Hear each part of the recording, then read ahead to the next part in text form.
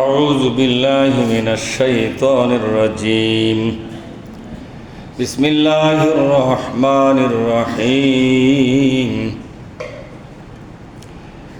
ليسوا سواء من أهل الكتاب أمة قائمة يتلون آيات آناء الليل وهم يسجدون يؤمنون بالله واليوم الآخر ويأمرون بالمعروف وينهون عن المنكر ويسارعون في الخيرات وأولئك هم الصالحون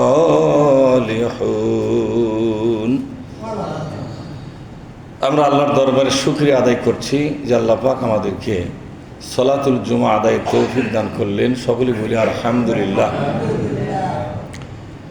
সালাত এবং সালাম বিশ্ব নবী মুহাম্মদুর রাসূলুল্লাহ সাল্লাল্লাহু আলাইহি ওয়াসাল্লামের প্রতি।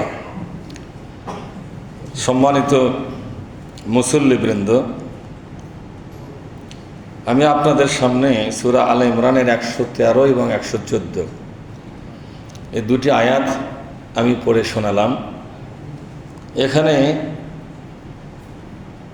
একদল মানুষের পরিচিতি আল্লাহ পাক পেশ করতেছেন যে সেই মানুষগুলোকে চেনার জন্য এ কটা কাজ আপনাকে জানতে হবে। যে কয়টা কাজ থাকলে ওই মানুষগুলোকে চেনা যাবে, এই কাজগুলো যদি আমরা অন্তত না জানি তাহলে আমাদের অনেকেই চোখে ধুলে দিবে কিনা যখন।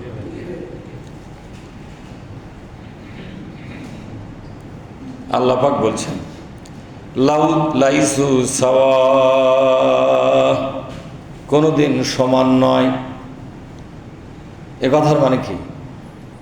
এ কথার মানে হলো দুই চারটা গুণ দেখলেই তাকে নেককার মানুষ বলা যাবে না। সে আহলে কিতাব হোক কিংবা মুসলিম হোক, দুই একটা গুণ থাকলেই তাকে নেককার মানুষ বলা যাবে না, সৎকর্মশীল বলা যাবে না। সলেহীন বান্দা হওয়ার জন্য কিছু কাজ অবশ্যই তাকে করতে হবে। যেমন মিন আহলিল কিতাবি উম্মাতুন কায়িমা, আহলে কিতাবদের মধ্যে একদল মানুষ আছে। আহলে কিতাব কারা?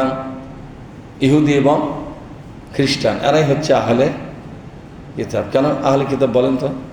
এদের উপরে আল্লাহর নাজিল করা কিতাব সহ নবী রসুল দায়িত্ব পালন করেছেন।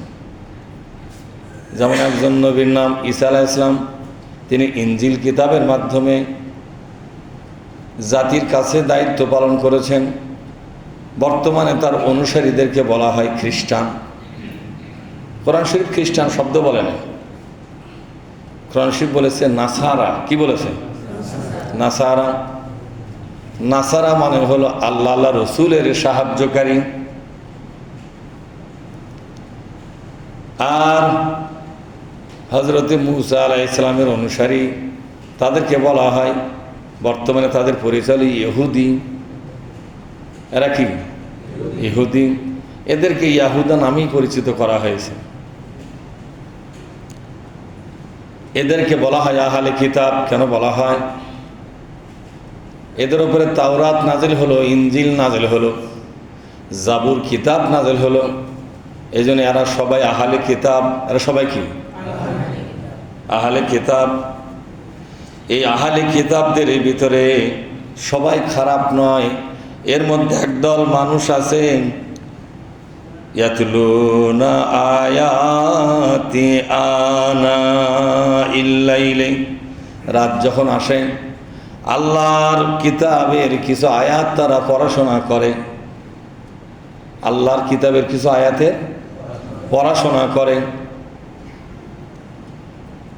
তেলাওয়াত মানে হলো এর অর্থ বোঝে, এর ব্যাখ্যা নিয়ে গবেষণা করে, আয়াতের অন্তর্নিহিত তাৎপর্য সম্পর্কে বোঝার চেষ্টা করে।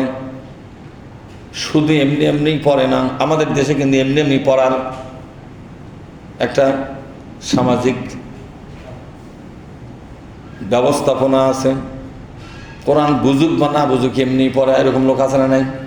কিন্তু এখানে আল্লাহ বলছেন আহলে কিতাবদের মধ্যে একদল আল্লাহর নাজিল করা কিতাবের কিছু আয়াত নিয়ে প্রত্যেক রাতে তারা গবেষণা করে, আয়াতের অর্থ ব্যাখ্যা পড়ে বোঝে এবং এগুলো নিয়ে গভীর চিন্তা ভাবনায় মগ্ন হয়ে যায়। এই আয়াত থেকে তার জীবনের পাথেও খুঁজে নেয়, আয়াতগুলো থেকে তার জীবনের কর্মকাণ্ডগুলো খুঁজে নেয়। এর নাম হলো তেলাওয়াত। আয়াতের সাথে তার চরিত্রকে মিল করে দেখে, ম্যাচিং করে দেখে কতটুকুন তার চরিত্রে এই আয়াতের প্রভাব আছে কি নাই, এগুলো দেখার চেষ্টা করে। এজন্য বিশ্ব নবী বলেন, কোনো ব্যক্তি যদি রাতের কিছু অংশে সাআতাম মিনাল লাইল, রাতের সামান্য অংশ যদি আল্লাহর কোরআন নিয়ে গবেষণা করে, সারা রাত দাঁড়িয়ে থেকে নফল নামাজ পড়ার চাইতে বেশি সওয়াব তার আমলনামায় লিখে দেওয়া হবে। সামান্য সময় যদি আল্লাহর কোরআনের কোন একটা আয়াত নিয়ে অর্থ ব্যাখ্যা এবং গবেষণা করে,